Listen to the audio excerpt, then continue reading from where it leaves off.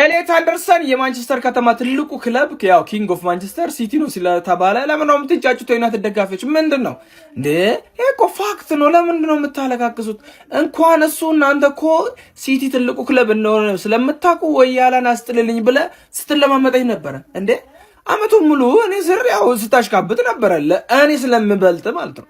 እና ለምን ነው የሚደብር? ልጁ 23 አመቱ ነው። 15 አመት ማንቸስተር ከተማን ዶሚኔት ያደረገው ሲቲ ነው። እናንተ ተፈልጋችሁም አትገኙም፣ ተፈልጋችሁም ማለት ነው።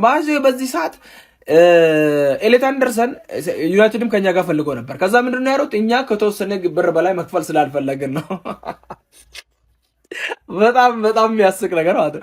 አይፈልጋችሁም። ሲጀመር ትልቅ ክለብ እንደሆናችሁም አይቀበልም። ይሄ ደግሞ ምንም ማድረግ አይችልም። በዚህ ሰዓት ያለው ፋክት ነው። በዚህ ሰዓት የማንቸስተር ከተማ ትልቁ ክለብ ሲቲ ነው። ይሄው ጋርዲዮላ ነው አላችሁ። ጋርዲዮላም ሄዶ ተጫዋች እኔን እየመረጠ ነው የሚመጣው እየለመነኝ ማለት ነው። ስለዚህ ምንም እዚህ ግራም ቀኝም የለም። ማንቸስተር ብሎ ነች። ካሁን በኋላ መቼም ሬድ አትሆንም። እንኳን እሱ እናንተ እኮ ሲቲ ትልቁ ክለብ እንደሆነ ስለምታውቁ ወያላን አስጥልልኝ ብለ ስትለማመጠኝ ነበረ እንዴ? አመቱን ሙሉ እኔ ስር ያው ስታሽካብት ነበር። እንደውም ትንሽ ስለሆንክ ነው እንጂ የቋጠርኩልህ። ትልቅ ብትሆን የሆነ ዩናይትድ ያስቀመጠው ሌጋሲ የምትገዳደር አይነት ብትሆንማ እንደውም እቋጥርብሃለሁ እንጂ ስቋጥርልህ እኮ ሊገባህ የሚገባው እንደውም ምንም አትፈጥርም ነው።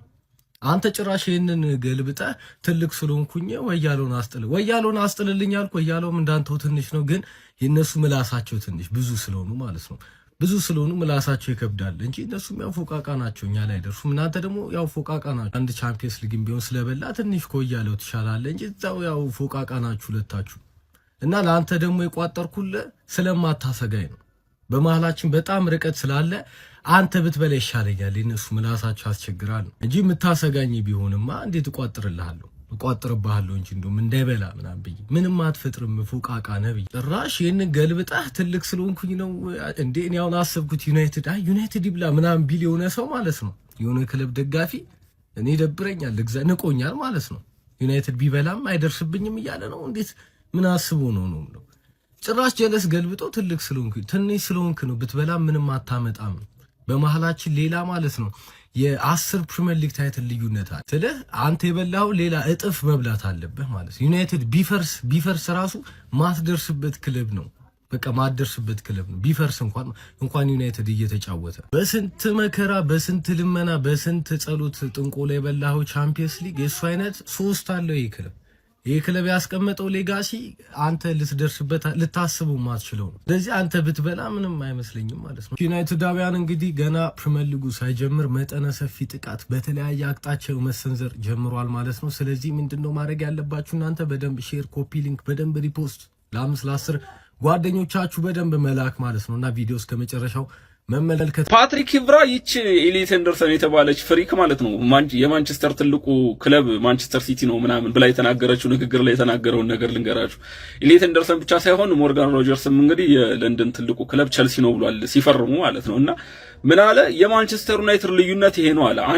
አንድ ተጫዋች ማንቸስተር ዩናይትድ ቤት ሲፈርም ማንቸስተር ዩናይትድ የዓለማችን ታላቁ ቡድን ነው እንጂ የሚል የለንደን የእንደዚህ ጎጥ ከልሎ አይደለም አለ። ማንቸስተር ዩናይትድ የዓለም ምርጥ ክለብ ነው የሚል አለ የሆነ ተጫዋች ማንቸስተር ዩናይትድ ሲፈርም። ከእንግሊዝ ክለቦች ለየት የሚያደርገው ማንቸስተር ዩናይትድን ይሄ ነው ብራዘር። እና የሲቲ ደጋፊዎች እየተደሰቱ አይቻችኋለሁ። ምክንያቱም የማንቸስተር ትልቁ ክለብ እኛ ነን እያሉ ናችሁ። ምክንያቱም ማንቸስተር ዩናይትድ የዓለም ነው እንጂ የሆነሽ ጎጥ ምናምን አይደለም፣ የእንግሊዝ ምናምን አይደለም። የዓለማችን ትልቁ ክለብ ገባ አይደል?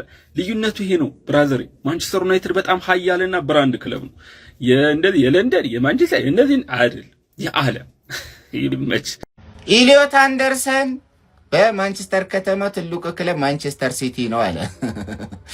28 ሩቢኒዮ በማንቸስተር ከተማ ማንቸስተር ሲቲ የሚባል ክለብ እንዳለ እንኳን አያውቅም ነበር። 28 የእናንተው ተጫዋች ሩቢኒዮ ወደ ማንቸስተር ዩናይትድ የመጣ መስሎት ወደ ማንቸስተር ሲቲ እንደሄደ ተናግሯል። ስለዚህ ሩቢኒዮና ዓለም ራሱ 28 ላይ በማንቸስተር ከተማ ከማንቸስተር ዩናይትድ ውጪ ሌላ ክለብ እንዳለ አያውቁም ነበር። ስለዚህ ማንቸስተር ዩናይትድ እና ማንቸስተር ሲቲ የማይገናኙ ሰማይና መሬት የሆኑ ክለቦች ናቸው። 30 ምናምን ሜጀር ትሮፊ ያለው ክለብ ከ68 ሜጀር ትሮፊ ካለው ክለብ ጋራ ትልቅ ብራንድ ከገነባ ክለብ ጋራ ትልቅ ፋን ቤዝ ካለው ክለብ ጋራ ልታነጻጽር አይገባም። ከዚህ በፊት ፈርጉሰንን ከጋርዲዮላ ጋር ስታነጻጽረው ነበር። 27 ዓመት የእንግሊዝ ፕሪሚየር ሊግን ቀጥቅጠው በባርነት የገዙ አሰልጣኝን በ10 ዓመት እንግሊዝ ፕሪሚየር ሊግ ሊያጨልለው ደርሶ በስተመጨረሻ ጥሎ ከጠፋው ከጋርዲዮላ ጋር የኔን አባት ፈርጉሰንን ስታነጻጽር ልጅ ነህ ብዬ አልፌያለሁ። አሁን ደግሞ መጣ ማንቸስተር ዩናይትድን ከማንቸስተር ሲቲ ኢሊዮት አንደርሰን።